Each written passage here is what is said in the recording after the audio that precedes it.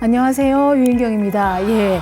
지난번에 제가 이제 소통하고 공감하는 것에서 얘기를 나누면서 A, B 말씀드리셨죠? 네. A가 뭐였죠? 에스크. 그렇죠. 에스크 질문을 하라는 거였고, B는 뭐였죠? 리브. 미슈미다였죠. 역시 우등생들이십니다. 우등생들이십니다. 그래서 이제 이어서 이제 C, D를 하려고 합니다. A, B, C, D를. 그래서 그냥 해보시면 제가 C부터 할게요. 첫 번째가 취어풀이에요. 양명함, 밝음, 좀 유머 감각, 뭐 이게 굉장히 필요하다고 생각합니다. 저는 30여 년 기자 생활을 하면서 굉장히 낙천적이고 긍정적임에도 불구하고 신문사 안에서는 표정이 좋을 수가 없었어요. 왜냐하면 제가 접하는 모든 사건들이 너무 험악하고 굳고 슬프고 깝깝한 일들이었죠. 좋은 선행이나 미담을 전해주기보다는 사고가 났다, 뭐 누구 무슨 살인자가 나타났다, 뭐 경제가 뭐 나쁘다, 뭐 부모가 자식을 학대했다, 뭐 자식이 죽였다 보면 이게 우리가 사는 세상 맞나? 뭐 싶을 정도고 사람에 대한 불신감들이 굉장히 커졌습니다. 그런데 중요한 건 이제 나이가 들면서 깨닫는 건데 이 세상은 어떤 일이 일어나느냐가 중요한 게 아니고요. 그 일을 어떻게 보느냐가 참 중요하다는 생각을 했어요. 많은 전문가들이 말씀하시기로 사실 우리가 굉장히 뭐 이상한 바이러스며 그다음에 우울증이며 뭐 많이 하고 대한민국이 가장 아이를 적게 낳고 가장 많이 자살하는 나라기는 한데 그럼에도 불구하고 사실은 우리나라뿐만 전 세계가 인류 역사상 가장 건강하고 건전한 시대라고 합니다. 건강한 건 뭐냐면 일단 의학이 발달됐어요.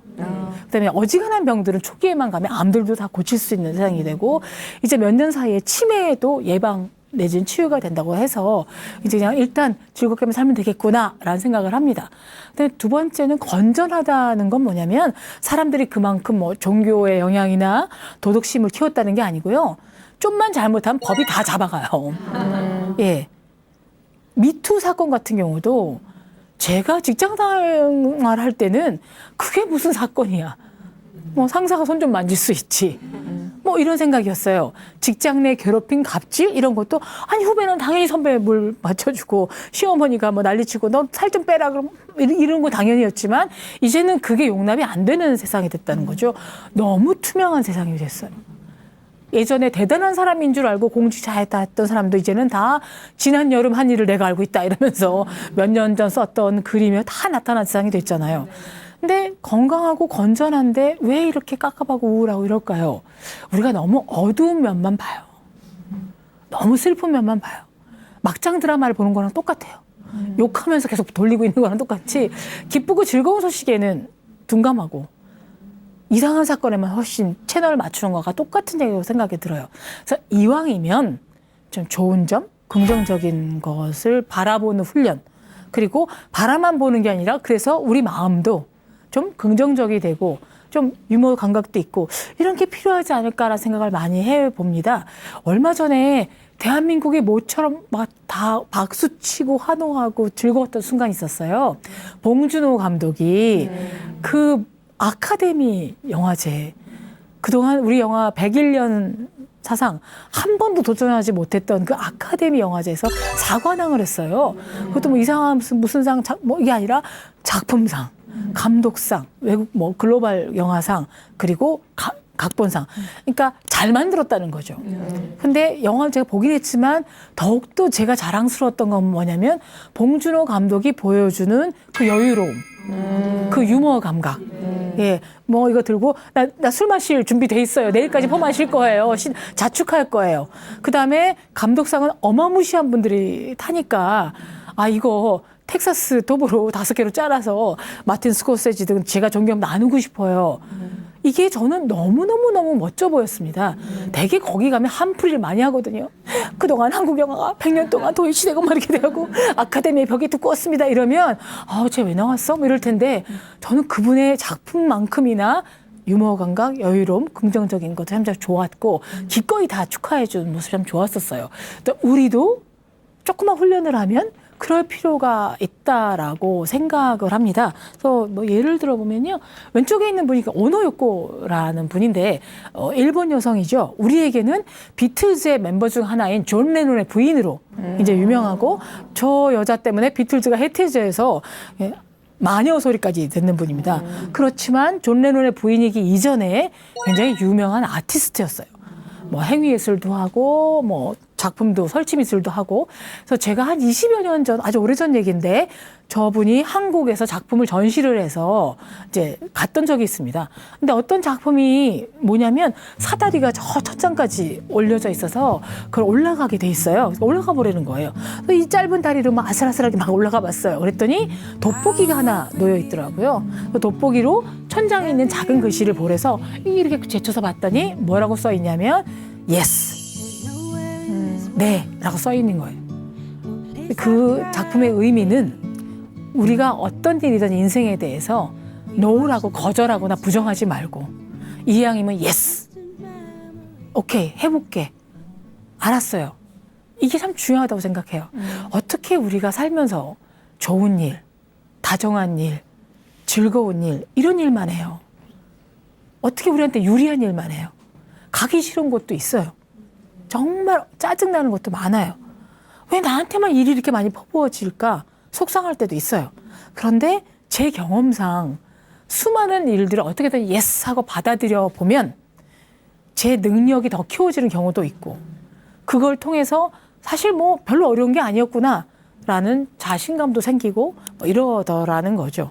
예스를 좀 뭐 그렇다고 뭐 이상한 거에 예스 그래요 나쁜 조직에 들어갈게요 예 도박도 좋아요 예스 뭐 이게 아니라 이왕이면 아 싫어 귀찮아 안 할래 라는 생각 대신에 오케이라는 거죠. 친구 모임도 그렇지 않아요? 예 이제 한번 모여보자 봄인데 라고 얘기를 할 텐데 예 인경이 나온대? 나 걔 나오면 안 가. 걔 혼자 너무 떠들어 싫어 걔 뭐 저거 이렇게 되면서 안 가는 분이 있어요. 친구 모임이 우리만을 위한 모임은 아니죠. 근데 저는 바쁜데도 꼭 가는 이유가 뭐냐면 이상한 친구들한테서 배울 게 꼭 있어요. 왜 쟤는 저렇게 기분 나쁘게 말을 할까? 왜 쟤는 저 나이에 아직도 저렇게 유치한 취향을 갖고 있을까?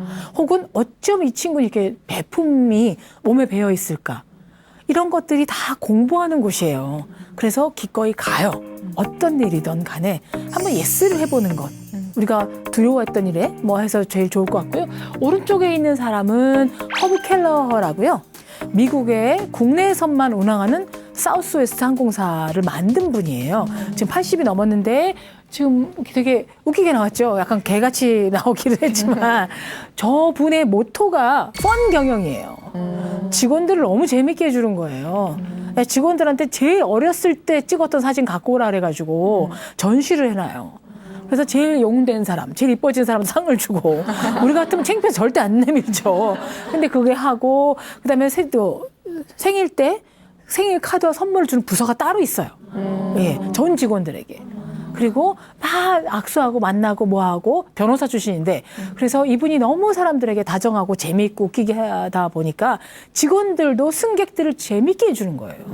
사실 비행기가 9.11 테러 이후에 특히 미국의 국내선 같은 경우는 언제 이게 뭐 테러범이 올지 몰라 불안감이 있었어요. 그래서 굉장히 쇠락한 곳도 많고 사업도 잘 안 되는데 사우스웨스트 항공사만 구글과 더불어서 청년들이 가장 가고 싶어하는 회사 중에 하나랍니다. 이유는 분위기가 너무 좋아서.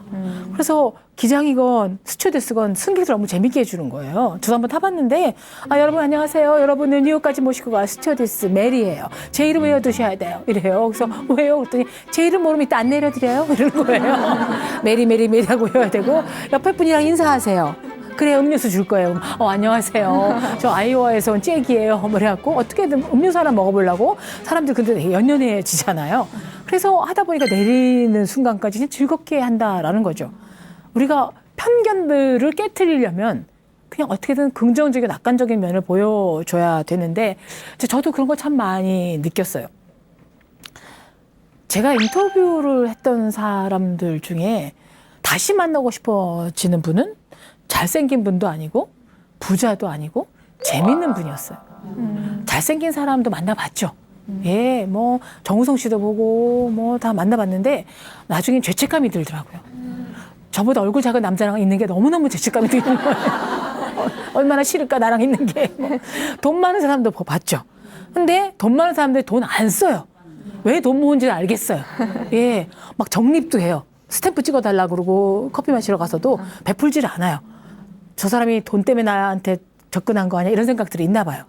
그런데 재미있는 분은 그분이 몇 살이던 얼굴이 어떻게 생겼던 말투가 어떻던 다시 보고 싶어. 이게 되는 거예요. 사실 저는 한 10여 년 전인가 미국에서 남편감, 바람직한 남편감의 조건으로 센스 오브 휴머, 유머 감각을 뽑아서 미국 애들은 되게 이상하다고 생각을 했어요. 왜 그러지? 왜 웃기기만 하면 되나?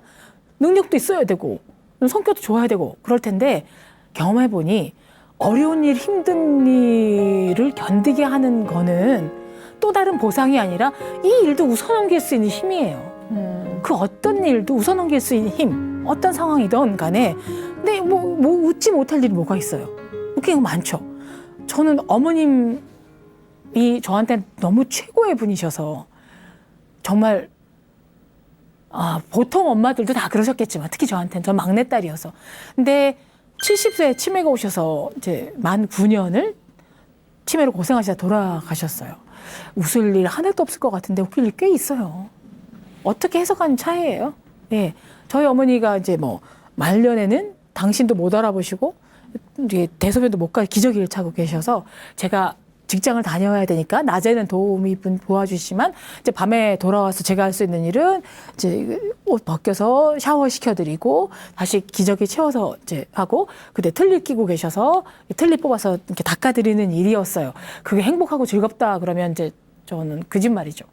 근데 똑같은 상황인데 제가 와서 엄마 저 틀니 뽑아 안 그러면 여기다 상해 죽도 못 드세요. 그러면 안 뽑으세요. 마지막까지 감정 파동을 느끼시나 봐요.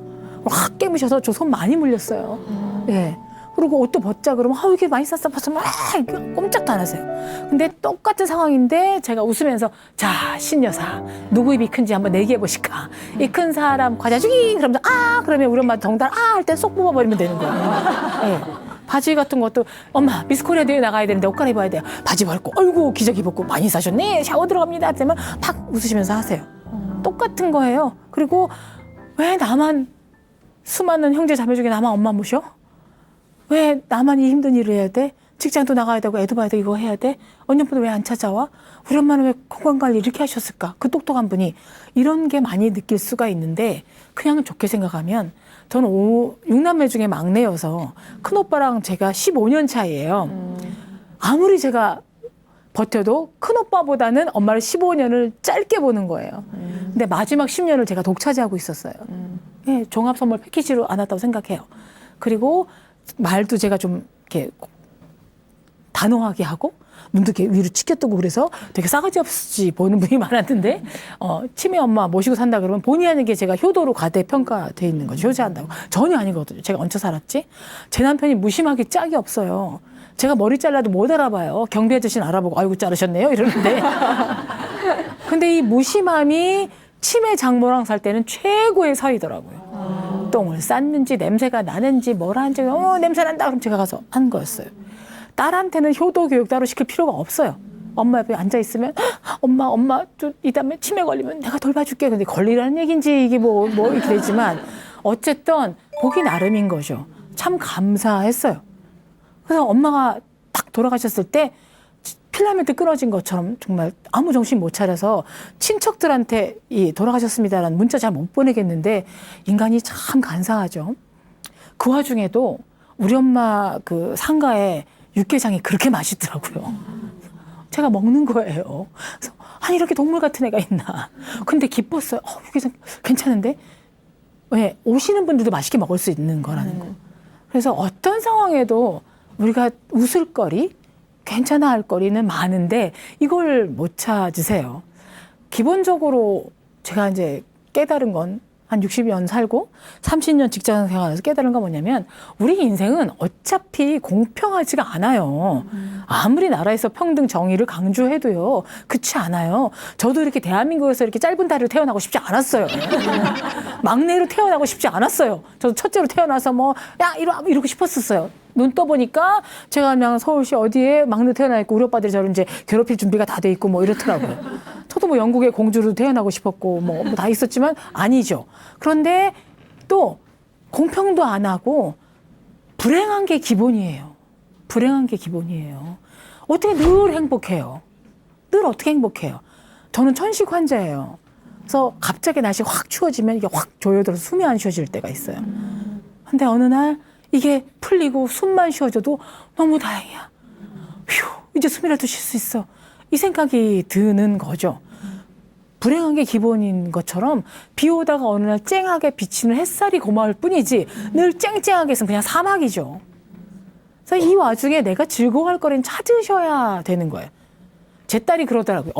엄마가 제일 많이 쓰는 말이 뭐냐면 야, 참 다행인 게 말이야. 이걸 많이 쓴다는 거예요.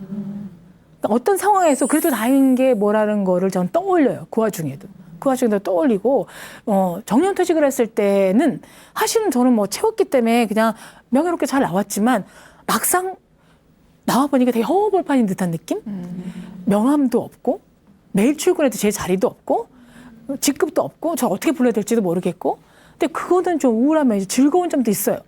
막 폭우가 퍼부으면 너무 신나요. 난 안 가도 돼. 나 정규직 아니야. 너무 신나는 거예요. 그 다음에 꾸준히 일 안 해도 되고, 나이 먹으니 싫은 일 안 해도 되는 일은 굳이 안 해도 된다라는 자유를 저한테 줄 수 너무너무 좋았어요. 그래서 여러분도 어떤 면을 볼 것이냐는 여러분이 선택하시는 거예요. 선택이 참 중요하다고 봐요. 기쁜, 나쁜, 슬픈이, 우울한이 뭘 되게 많겠지만, 그거에서, 그래, 난 기분 좋기로 선택했어. 이게 참 중요하다고 생각해요. 어떤 일에서 제가 굉장히 감동을 받았냐면, 파리에서 폭탄 테러가 있었어요. 그래서 정말 아무 잘못도 없는 지나가던 사람들이 생명을 잃었습니다. 그래서 어떤 엄마가 그냥 그 외에 거기 있었다는 이유로 죽었죠. 근데 그 남편이, 아들 하나를 키운 남편이 그 다음 날인가 글을 올렸어요. 그 테러범들한테 뭐라고 올렸냐면, 당신들은 내가 지금 아내를 잃고 엄마를 잃고 비통에 시달리고 당신들을 원망하고 정말 고통 속에서 어쩔 줄 모를 것으로 생각하겠지만 우리 가족은 그렇지 않다. 우리 가족은 안 그렇고 우리는 앞으로 우리가 더 살아갈 밝은 날이 있고, 아내와 엄마는 떠났지만 돌아가신 아내나 죽은 아내나 돌아가신 엄마가 우리가 늘 울고 슬퍼하는 건 바라지 않을 거란 걸 안다. 그래서 훨씬 더 당당하고 자신만만하게 살 거다. 까불지 마라. 뭐 거의 그런 의미로 쓰신 거예요. 그렇잖아요. 어떤 일이든지 간에 누가 우리를 살짝 짓밟을 수도 있어요. 그런데 뭐 어쩌라고. 난 일어나. 그런 담대함? 저는 그게 참 필요하다고 생각이 들어요. 그 와중에도 어떤 상황에도 즐겁고 기쁠 거리를 찾아내는 건 참 쉬워요. 어떤 일이든 간에 꼭 뭐 상을 받고 선물 받고 칭찬을 받고서 우리가 유머 감각이나 양명함이 나오는 게 아니라 제가 모자라서 한심해서 나오는 기쁨이 굉장히 커요. 그래서 그걸 모아서 제가 기쁨 채집이라는 책도 썼지만 예컨대 저는 정말 손이 많이 가는 타입이에요. 뭘 그렇게 흘리고 다녀요. 맨날.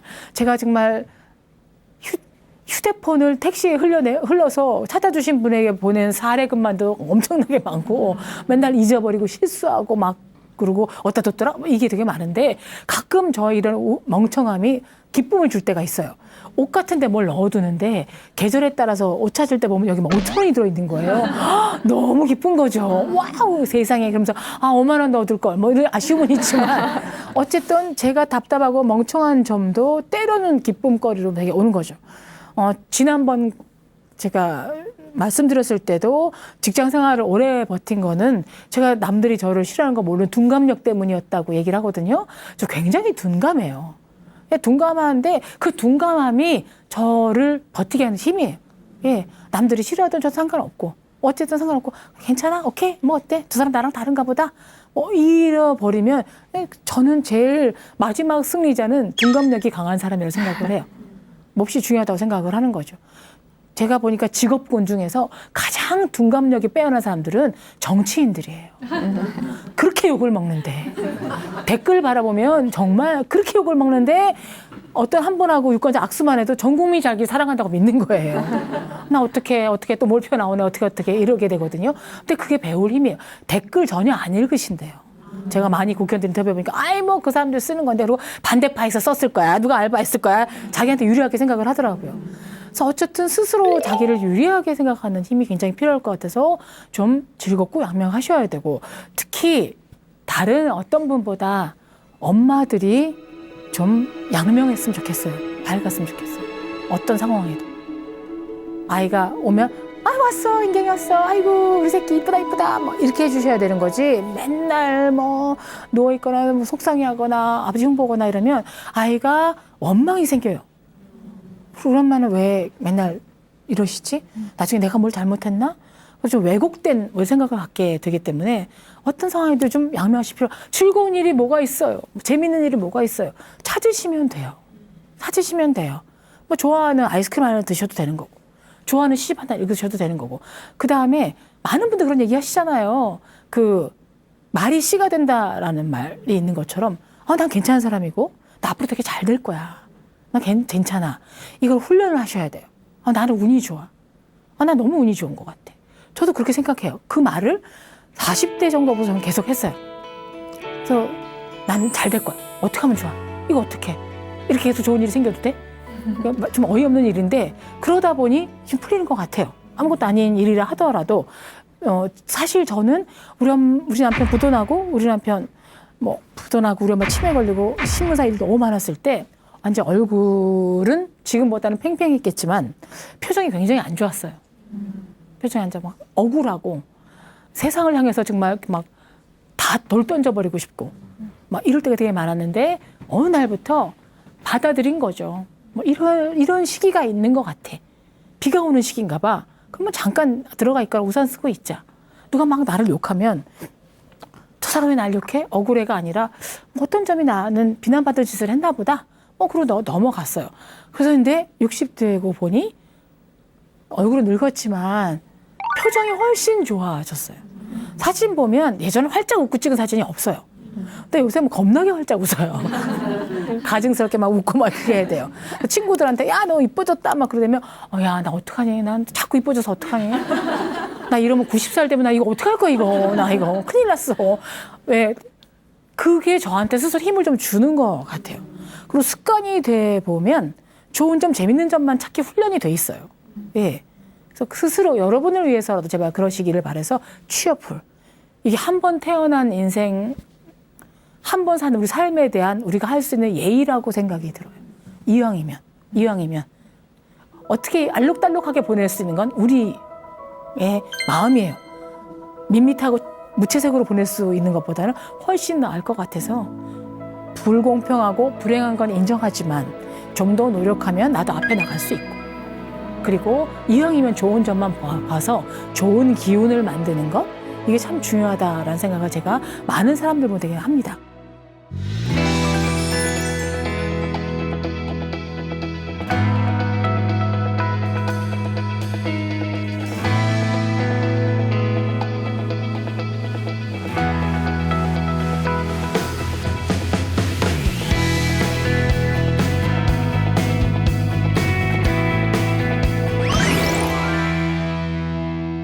이제 그 다음이 뭐냐면 D예요. 디테일. 봉준호 감독의 별명이 봉테일이라 그러대요.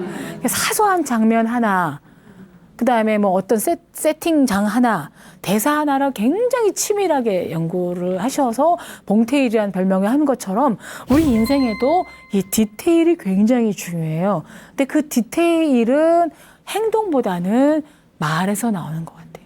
말.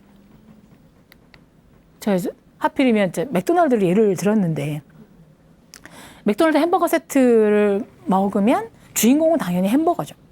근데 결정적으로 맛을 좌우하는 건 저 빨간 토마토 케첩이에요. 저걸 안 챙겨오면 감자튀김 닝닝해서 먹을 수가 없어요. 뒷맛이 퍼석퍼석거리고. 그런데 저 빨간 토마토 케찹이 뭐냐면 우리가 하는 한마디 말이에요. 그 말이 소통을 하느냐 안 하느냐, 이 사람을 계속 만나고 싶으냐 아니냐, 이 사람 괜찮은 사람이 아니냐 판단하는 기준이에요. 안녕하세요 인사 하나 하는 거. 근데 어떤 사람 인사 안 해요. 정말 안 해요.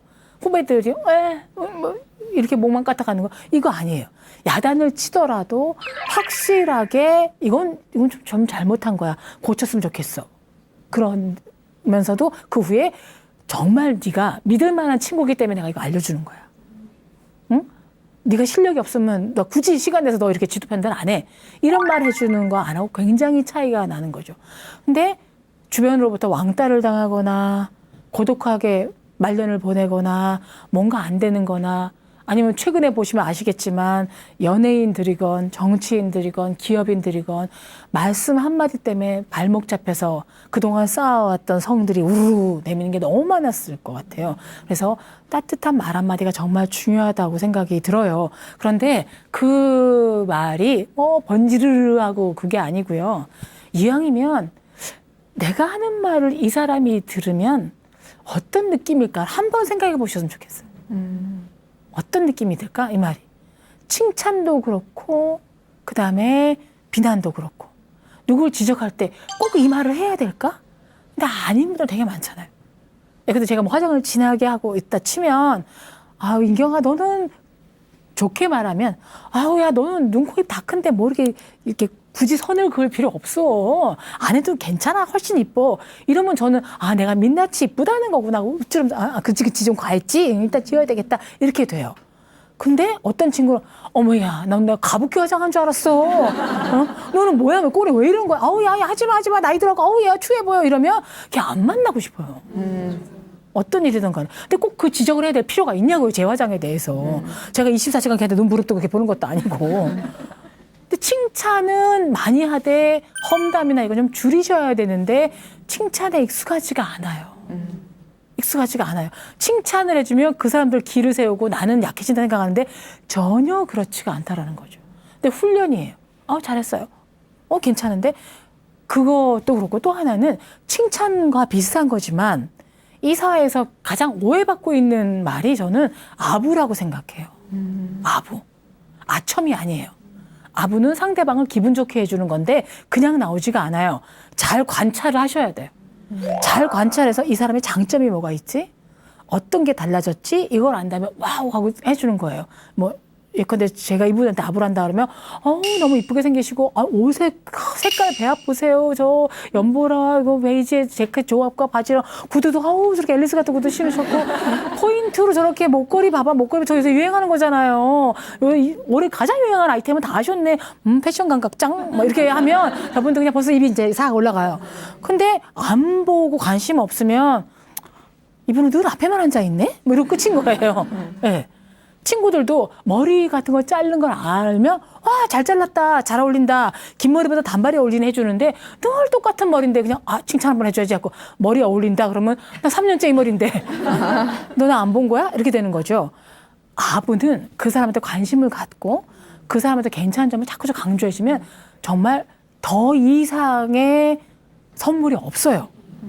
제일 재밌었던 건 꼭 아부가 직장에서 아부뿐만 아니라 가족도 마찬가지예요.